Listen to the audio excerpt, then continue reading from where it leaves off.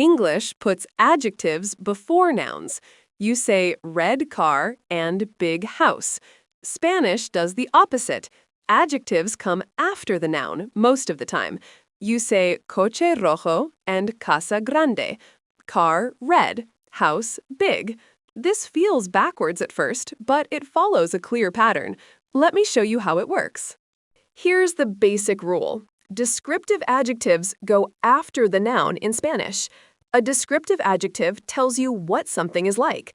Color, size, shape, personality, physical characteristics. All of these go after the noun. Gato negro means black cat. Gato, cat. Negro, black. Libro grande means big book. Libro, book. Grande, big. Adjective after noun every time. More examples. Casa pequeña means small house. Casa, house. Pequeña, small. Coche rojo means red car. Coche, car. Rojo, red. Perro blanco means white dog. Perro, dog. Blanco, white. Blanco, pronounced blanco.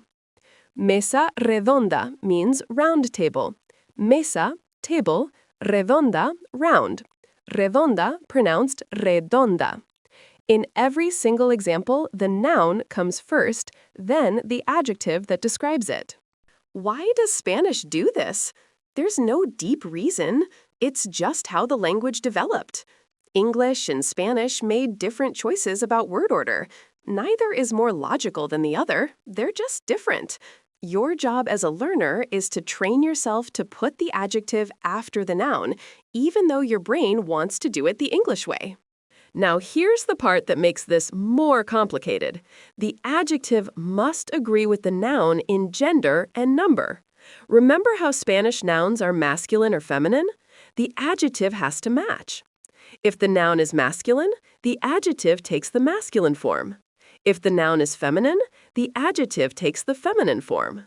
If the noun is plural, the adjective becomes plural too. Let's see this in action. Gato negro means black cat. Gato is masculine singular, so negro is masculine singular, ending in O.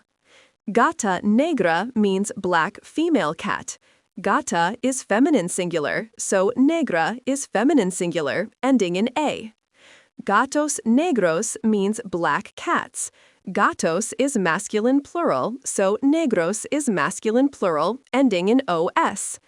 Gatas negras means black female cats. Gatas is feminine plural, so negras is feminine plural, ending in AS. The adjective changes its ending to match. This is called agreement. It's mandatory. You can't say gato negra or gata negro. The endings must match. If you mess this up, you haven't said a different word. You've just made a gender agreement error. Native speakers will understand you perfectly, but they'll notice. It marks you as a learner. Some adjectives work for both masculine and feminine without changing. Grande means big for both genders. Coche grande for masculine. Casa grande for feminine. Same adjective. Inteligente means intelligent for both genders. Hombre inteligente, intelligent man. Mujer inteligente, intelligent woman. Adjectives ending in E often don't change for gender, but they still add S for plural. Coches grandes, big cars. Casas grandes, big houses. Let's practice the full pattern.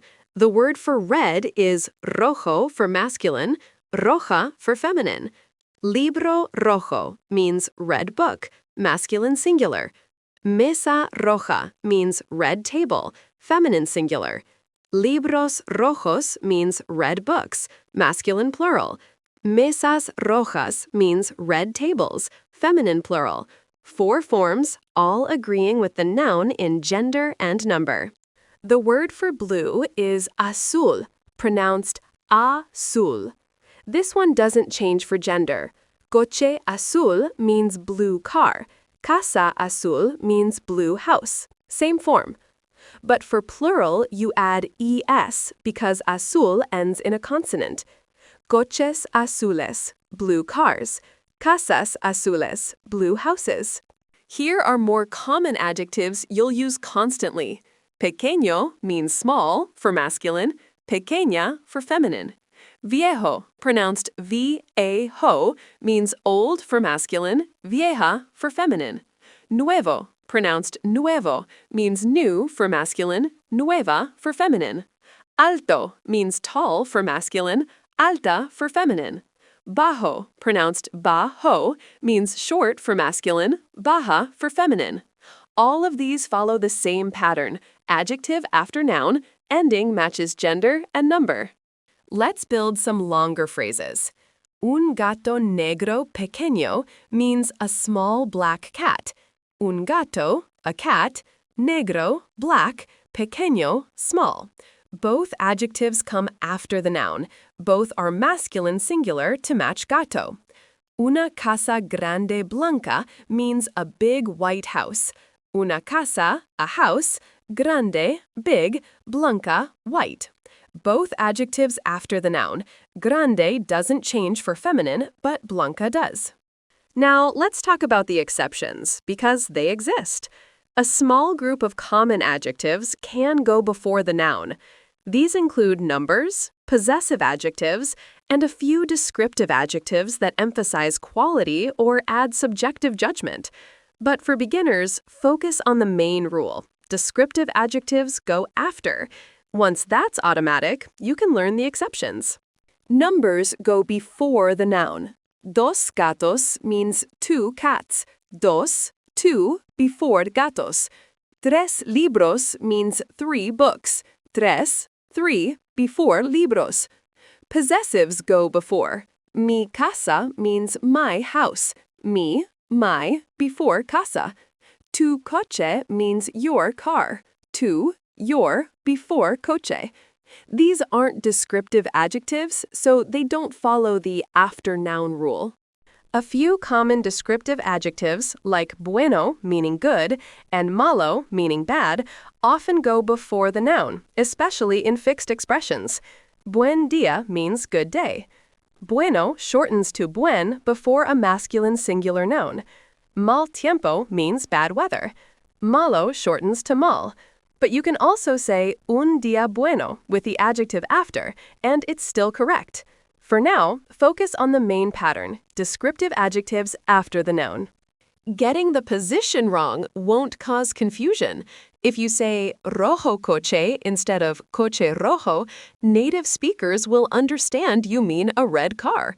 They'll just hear that you're a beginner. Spanish speakers don't naturally put descriptive adjectives before nouns, so when you do it, it stands out, but the meaning comes through. Getting the agreement wrong is similar. If you say casa rojo instead of casa roja, everyone knows you mean a red house. The error is in the ending, not the meaning. But these errors accumulate. Each one is small, but together they create the impression of someone still learning the basics. Get both the position and the agreement right, and you sound significantly more competent. Here's a practical tip for training yourself. Whenever you think of a noun and adjective combination in English, consciously reverse them in Spanish. Big house becomes casa grande. Red car becomes coche rojo. Black cat becomes gato negro. Do this in your head constantly. The more you practice this reversal, the more natural it becomes.